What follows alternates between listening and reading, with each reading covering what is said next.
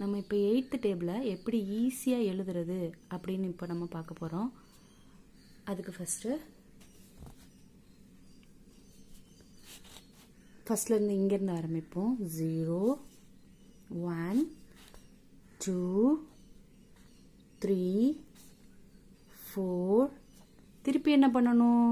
திருப்பி 4 5 6 7 8. இப்போ நம்மளுக்கு 2 டேபிள் தெரியும்ல? 2 டேபிள் தெரியும். அப்போ 0 2 4 6 8 again 0 2 4 6 8.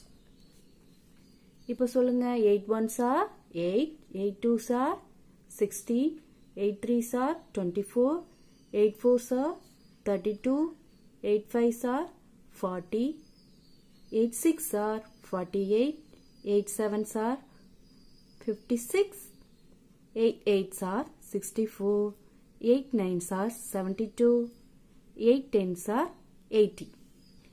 ஈஸியாக கற்றுக்கிட்டோமா?